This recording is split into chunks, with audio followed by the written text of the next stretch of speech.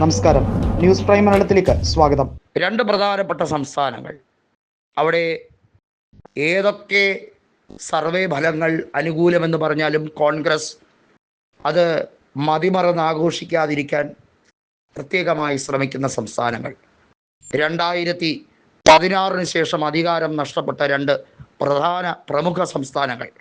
ഒന്ന്, വടക്ക് കിഴക്കൻ പ്രദേശത്തിൽ അവിടെ 7 സംസ്ഥാനങ്ങളുടെ ഒത്ത നടുക്കിരിക്കുന്ന, കൃത്യമായി പറഞ്ഞാൽ അസാം എന്ന ആ ഭൂപ്രകൃതിയാർന്ന സംസ്ഥാനത്തെ മലീനസമാക്കിക്കൊണ്ട് ഹിമന്ത ബിശ്വ ശർമ്മയുടെ വർഗീയ കുതിരക്കച്ചവടം നടത്തിക്കൊണ്ടിരിക്കുന്ന സംസ്ഥാനത്ത് കേവല ഭൂരിപക്ഷത്തോടെ അധികാരത്തിലെത്താൻ കോൺഗ്രസിന് കഴിയുന്ന ഒരു സുവർണ നിമിഷമാണിത്. മറ്റൊരിടം എന്നത് ഇങ്ങ് തെക്കേ അറ്റത്ത് കേരളത്തിൻ്റെ ഈ കേരവൃക്ഷത്തിൻ്റെ നാട്ടിൽ UDF വീണ്ടും അധികാരത്തിലേക്ക് ഒരു വലിയ പ്രകമ്പനത്തോടു കൂടി അധികാരത്തിലെത്താൻ കഴിയും എന്ന വളരെ വ്യക്തമായ സർവേ ഫലങ്ങൾ പുറത്തു വരുന്നു. എന്നാൽ ഈ രണ്ട് സംസ്ഥാനങ്ങളിൽ മുഖ്യമന്ത്രി സ്ഥാനാർത്ഥികളുടെ പേരും പറഞ്ഞ് കോൺഗ്രസിനെ വാസ്തവത്തിൽ ഉപദ്രവിക്കാൻ, അല്ലെങ്കിൽ കോൺഗ്രസിൻ്റെ വിജയസാധ്യതയെ സ്കാറ്റർ ചെയ്യിപ്പിക്കാനുള്ള നീക്കങ്ങളാണ് ഈ ചാനലുകൾ സർവേ ഫലത്തിൽ നടത്തുന്നത്. വാസ്തവത്തിൽ ഇത് ഗോദി മീഡിയയുടെ രണ്ടാമത്തെ അഭ്യാസമാണ് എന്ന് മനസ്സിലാക്കാൻ കോൺഗ്രസിന് കഴിയുന്നു എന്നുള്ളതാണ്.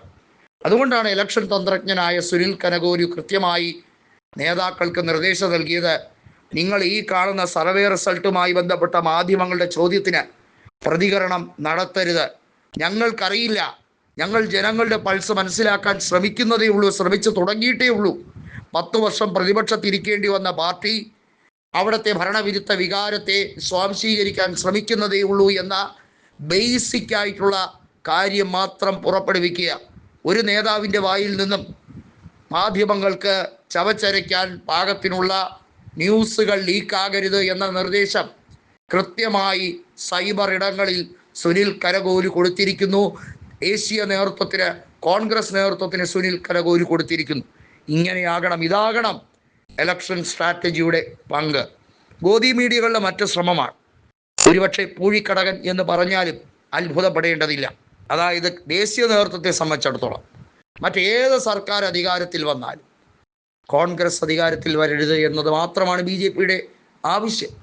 രാജ്യസഭാ സീറ്റിൽ കോൺഗ്രസ് നയിക്കുന്ന മുന്നണി സംവിധാനം ഒരു അപ്പർ ഹാൻഡ് നേടിയെടുക്കരുത്, ഒരു മേൽക്കൈ നേടിയെടുക്കരുത്. അതിനുവേണ്ടിയുള്ള തീവ്രമായ ഗൂഢശ്രമങ്ങളാണ് ഇപ്പോൾ നടത്തിക്കൊണ്ടിരിക്കുന്നത്. അതിനുവേണ്ടി ഇടതുപക്ഷവുമായി കേരളത്തിൽ കൂട്ടുകച്ചവടം നടത്താൻ അവർ റെഡിയാണ്. അതിനുവേണ്ടിയുള്ള ശ്രമങ്ങൾ നേരത്തെ തന്നെ തൃശ്ശൂരിൽ ലോക്സഭാ സീറ്റിൽ സുരേഷ് ഗോപിയുടെ വിജയവുമായി ബന്ധപ്പെട്ട് നടത്തിയതാണ്. അസാമിലും അവിടെ പല രീതിയിൽ വർഗീയ രാഷ്ട്രീയ കൂട്ടുകക്ഷികളുമായി, അതിന് മുസ്ലിം സംഘടനകളുമായി ചേർന്നുകൊണ്ട് ഏതെങ്കിലും രീതിയിൽ കോൺഗ്രസിനെ അറ്റാക്ക് ചെയ്യാമെങ്കിൽ OICയെ പോലുള്ളവരെ കൂട്ടുപിടിക്കാനും അവർ തയ്യാറാണ്. ഇതാണ് കനകോലു വളരെ വ്യക്തമായി, അസന്നിഗ്ധമായി AICC നേതൃത്വത്തോട് വ്യക്തമാക്കി കഴിഞ്ഞിരിക്കുന്നത്, അത് പ്രാവർത്തികമാക്കാൻ നിർദ്ദേശം നൽകിയിരിക്കുന്നത്.